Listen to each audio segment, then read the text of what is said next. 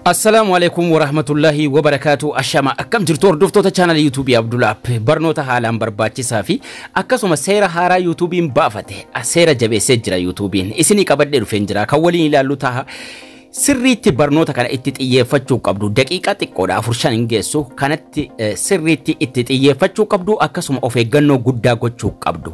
YouTubein seerri haaraa inni baase kun maalidhi?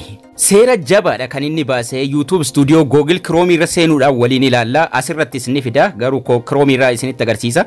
Chrome irraa yeroon isinitti agarsiisu bilbila kiyya gajjallisee isinitti agarsiisa waan ta'eef waan yoo bilbila ol dhaabee mul'isee barreeffamni sirriitti waan hin mul'anneef bilbila kiyya dalga cibsee isinitti agarsiisa.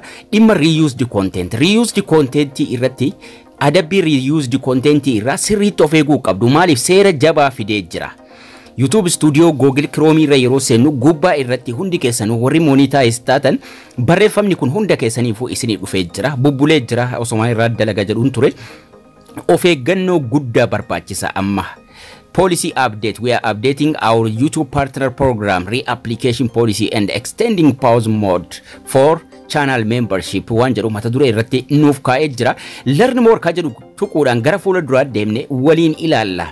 Reapplication in kun reused yeroo isinitti dhufe waa'ee reused kana yeroo baay'ee seera YouTube irratti erga deddeebi'ee isiniif maxxanseen ture video akkasuma yoo reused damooni isinirraa kaasee bultii 30 booda reapply akkamitti akkasiin gootan akkasuma video akkamii irraa akkasiin of eeggachuu qabdanii fi video akkamii akka isin balleessuu qabdan sirreessitanii bultii 30 booda reapply yookaan immoo apply irra deebitanii naaf ilaalamu gochuu qabdan dura waliin ilaallee turre.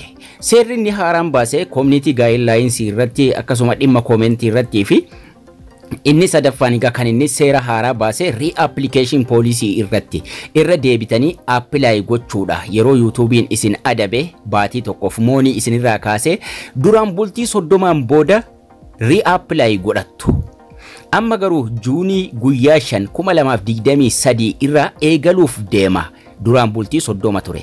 Amma juunii bultii 5 irraa kana jechuun ji'a ja'affaa gaafa bultii 5 irraa eegalee amma ji'a 5ffaa keessa jirra baatii tokkoon booda bultii 90tti ol butuuf deemaa jechuudha. Kana jechuun moonii bultii 90 isinirraa kaasaa jechuudha. Of eeggannoo guddaa barbaachisa.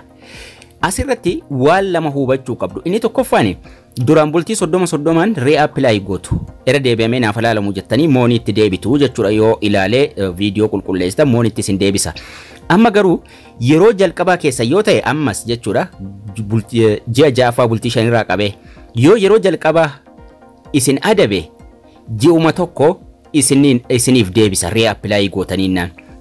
Garuu yeroo lammaffaa irratti video osoo hin sirreessin lammaffaaf isin hin simanne yoo ta'e ammallee video sirreessi yoo isiniin jedhe jechuudha bultii 90 kan isin eeggattan. Kanaafuu of eeggannoo guddaa barbaachisa. Yeroo jalqaba isin adabu akka carraa ta'e yoo reused content isinitti dhufee mooniin isinirraa kahe bultii 30 keessatti daftanii sirreeffachuu qabdu. Isiniif hin sirroofne taanaan baatii 3 eeguun dirqamaa jechuudha. So seerri ni jaba fidaa jiru kuni reapplication irratti yookaan irra deebitanii formii sana apply gochuudhaaf yookaan gara mooniitti deebi'uudhaaf duraan ka bultii 30 ture amma gara bultii 90tti ol butaa jira jechuudha. Kanaafuu of eeggannoo guddaa gochuu qabdu. Bultii 30 sana jalqabaa keessatti sirreeffachuu qabdu. Hin sirraa'e taanaan garuu gara bultii 90tti ol butaa jechuudha. Inni jalqaba 30 inni lammaffaa garuu bultii 90 ta'uuf deema waan ta'eef of eeggannoo guddaa seera YouTube sirriitti hordofaa isiniin jecha barnoonni keenyas kana fakkaataa akka isin irraa barattanis abdii guddaan qaba. Sirriitti of eeggadhaa irraa of eegaa video nama maxxansu irraa isiniin jecha haga barnoota kutaa ittaanu walitti deebinutti turtii gaarii nagayaan tura.